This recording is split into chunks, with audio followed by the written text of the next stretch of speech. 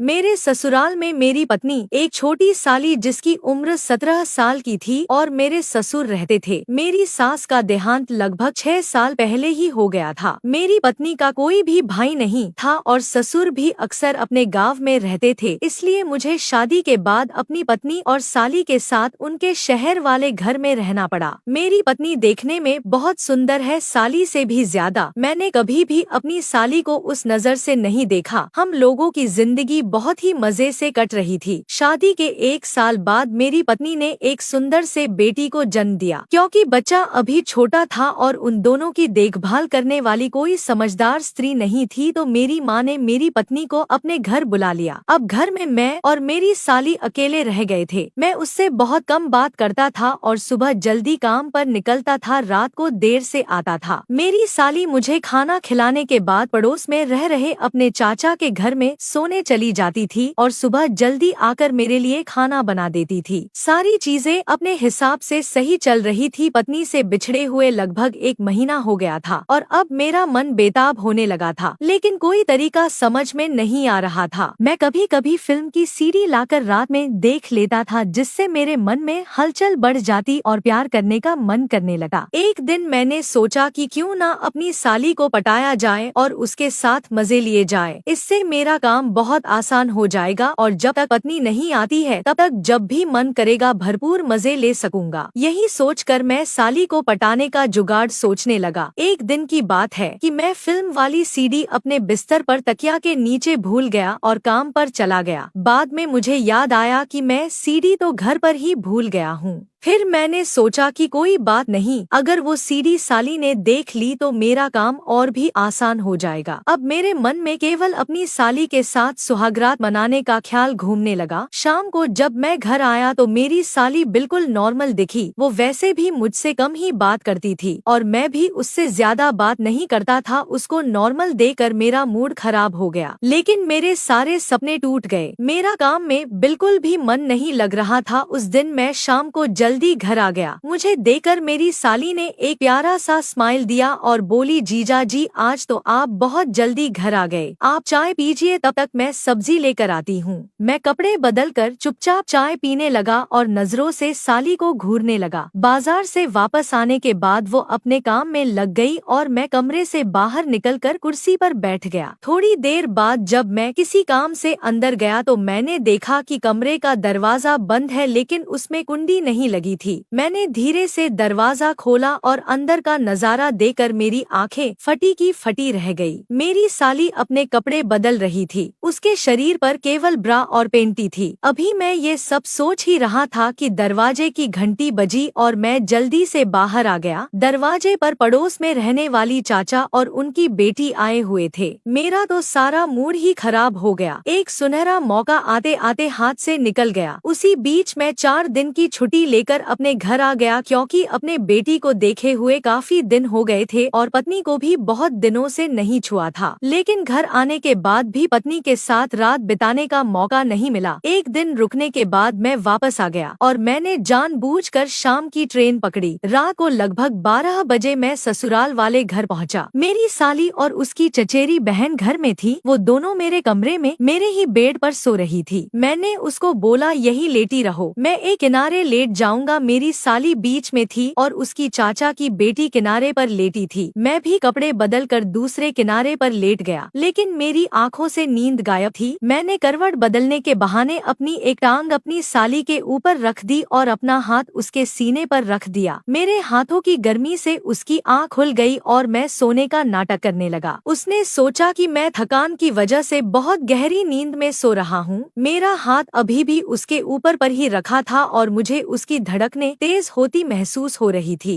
शायद मेरे स्पर्श से उसके अंदर भी प्रेम करने का संचार हो गया। तभी उसकी चाचा की बेटी ने उसकी तरफ करवट ली, जिससे मेरी साली थोड़ा सा अलग हो गई। फिर मैं भी चुपचाप सो गया, लेकिन मैंने मन ही मन ये सोच लिया था कि अपनी साली को अब जल्दी ही पटाना है। मुझे अपनी चचेरी साली पर बहुत गुस्सा आ रहा था। अगर आज वो ना होती तो आज ही मैं अपनी साली के साथ सारे मजे ले लेता। खैर, कोई भी काम अपने समय से पहले नहीं होता। दूसरे दिन सुबह मैं देर से उठा और मैंने जानबूझकर ऐसा दिखाया कि मेरा मूड बहुत खराब है। उस दिन मैं काम पर भी नहीं गया। दोपहर को खाना खाने के बाद मैं अपने कमरे में आकर लेट गया। थोड़ी देर बाद मेरी साली भी काम खत्म करके मेरे कमरे में आ गई और उसने मुझसे पूछा, जीजा आपका मूड कुछ सही नहीं लग रहा है, क्या बात है? मैंने उसको बोला, मेरी लाइफ बिल्कुल नीरस हो गई है। मेरी बीवी और बेटी मुझसे दूर हैं और मैं यहाँ अकेला पड़ा हूँ। सभी लोग अपने अपने परिवार के साथ रह रहे हैं और मैं यहाँ अकेला पड़ा हूँ और बीवी और बेटी को प्यार भी नहीं कर सका। फिर मैंने उसको गले से लगाया, वो मेरी बाहों में लिपट गई।